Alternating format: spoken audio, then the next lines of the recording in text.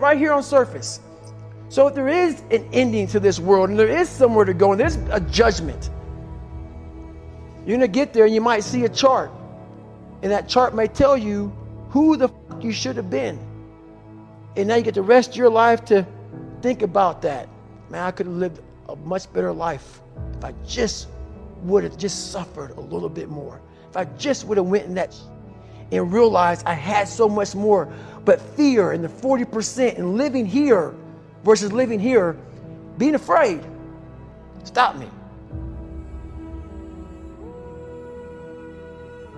Your biggest enemy, the most important conversation you will ever have in your life is the one you have with yourself.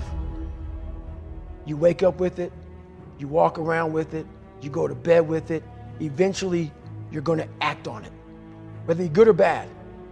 You have to. That's why the whole thing about this book I have is about you. It is about you. It's strictly about you finding who you are. So many people die, live 100 years, never fucking know who they are. Never know who they are. You have to look in that mirror and know there's so much more in here, man. Because I can literally right now be a 300-pound guy spraying for cockroaches still to this day if I did not look in that mirror and say, there has to be more to this. This can't be it. And then willing to go into it, dive deep into it, and give all I have to find it. So that's what all that's about. Let's say there's 10 people in this room, and we're all mediocre. But I'm the best of the mediocre people. I now think I'm great.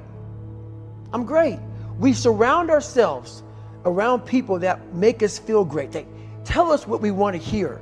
The second we put ourselves amongst the uncommon people, we don't like that feeling, that challenging feeling of that person who's waking up at 3:30 in the morning and say, hey, push your shit on, we're going for a run. We don't like that challenge. We like that person who says, hey, you know what, man, I don't feel good today, man. And they say, oh, it's okay, brother. We'll take a day off. Maybe we'll get a pizza and watch the game. We like that. We love that feeling. Why? Because you understand, man, we're good, bro. We don't want that motherfuckers like this. Hey, man, no, bro. Get your fucking shit on, man. Stop being a punk. We don't want that in our lives. We don't want that person who's constantly challenging our weaknesses. We want that person who's constantly, making us feel nice and good and secure in ours. That's the mediocrity of life. We want to be the best amongst the average people. People wonder, how do you stay hungry all the time? Because after I accomplish something, I don't sit back like a lot of guys who graduate buds, graduate this, graduate that. They get comfortable. They wonder why I'm getting weak, man. I don't know, I lost my edge. What's going on? Because once you hit the top of the fucking mountain, guess what happened? I'm good. So you wonder why you're falling down now. Because once you reach the top of the mountain, you got to build another one. That's mediocrity. There's a lot of people in mediocrity who have a nice resume, but they're one-timers, man. They hit a one-time deal, they busted it open, got a lot of money, but they're good. You're mediocre now, man. What are you fucking doing today, tomorrow, the next fucking day? That's why I don't listen to theorists. I don't listen to all that bullshit. I listen to a motherfucker who's like this, man. What's wrong, man? I'm fucking tired, dude. Why are you tired? Because tomorrow, I gotta do the fucking shit again, man. Whatever the shit is that made me fucking nauseous and sick to my stomach, it made me hurt. There's no ending. And that's the person I listen to. That's the person who's gained knowledge. You gain knowledge through suffering.